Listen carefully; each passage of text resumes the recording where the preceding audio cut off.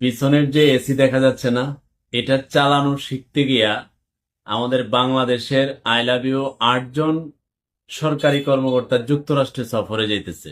আর টিভিতে নিউজ হয়েছে, আমরা একটু দেখি এই গুণোদর পাবলিক গুলা কারা।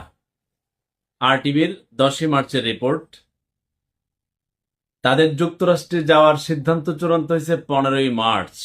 চিন্তা করেন, এরা যে কোন চেতনায় চলে আমি জানি না। 3 দফা পরিবর্তনের পর এদিন চূড়ান্ত করা হয়, অনেক তর্ক বিতর্ক হয়েছে, এরপরও তারা চলেই যাবে 15ই মার্চ। তবে আমরা ঠেকিয়ে দেব ইনশাল্লাহ। সবাই মিলে সোশ্যাল মিডিয়াতে আওয়াজ তোলেন, আপনার অনুভূতি প্রকাশ করেন। মানুষ ব্যাংকের দ্বারে দ্বারে ঘুরে টাকা পায় না, আর ওরা যুক্তরাষ্ট্রে যাবে। তাদের মধ্যে প্রকল্পটির পরিচালকও রয়েছেন। একজন পরিচালকের আবার 1 মাস আছে চাকরির মেয়াদ, মানে এই যে চলে যাবে আর আসবে না। 8 জনের সরকারি সফরের অফিসিয়াল প্রোগ্রামের নাম heating, ventilation and air condition system training. মানে ইংরেজি নাম দিছে, যদি দেশের মানুষ যেন না বুঝে, আরে ইংরেজি দিছে রে, সব বনাস। এদিকে যে প্রকল্পের খরচে এসব কর্মকর্তা যুক্তরাষ্ট্রে যাচ্ছেন, সেই প্রকল্পের কাজের অগ্রগতি আশানুরূপ নয়। এরপরও এরা যুক্তরাষ্ট্রে যাবে। রমজান মাস নিলে মুখ খারাপ করলাম এখন। প্রকল্পের ব্যয় 2 দফায় বাড়িয়ে 2,388 কোটি টাকা থেকে 3,443 কোটি টাকা করা হয়েছে। বুঝেন, 2 দফা বাড়াইছে, কারণ হচ্ছে তারা তো যুক্তরাষ্ট্রে যাবে। প্রকল্পের ভিতরে যদি এটা হান্দায় না দেয়, তাহলে ওরা যাবে কেমনে?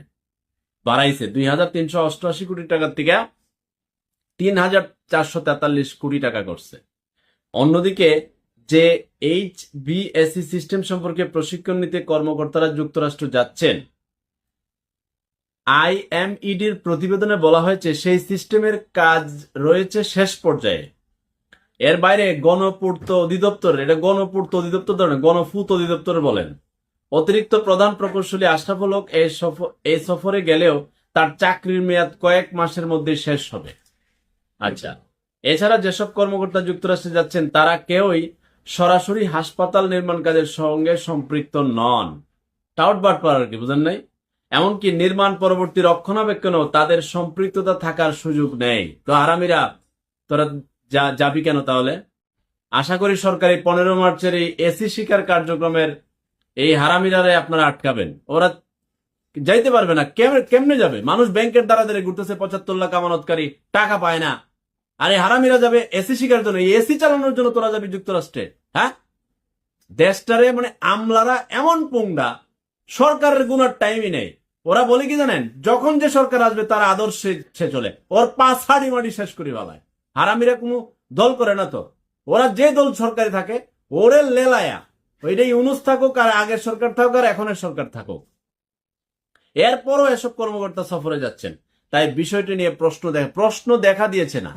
সারা বাংলার মানুষ খেপে গেছে, যেখানে টাকার এত সমস্যা রাষ্ট্রে, 75 লাখ আমানতকারী পথে পথে ঘুরতেছে, এই একীভূত 5 ব্যাংক সহ ন্যাশনাল ব্যাংক, পদ্মা ব্যাংক, কত ব্যাংকের অসুবিধা। এরপর পুংনামি করে তোরা যাবি কেন? তোরা কেন এসি শিকার জন্য যুক্তরাষ্ট্রে যাবি? ওদের সফর 15 মার্চ যেন যেতে না পারে সরকারের তরফ থেকে বন্ধ করেন। আর যারা এই ভিডিওটা দেখছেন, শেয়ার করে সর্বোচ্চ ভাবে কমেন্ট করে আপনার মতামত জানাবেন।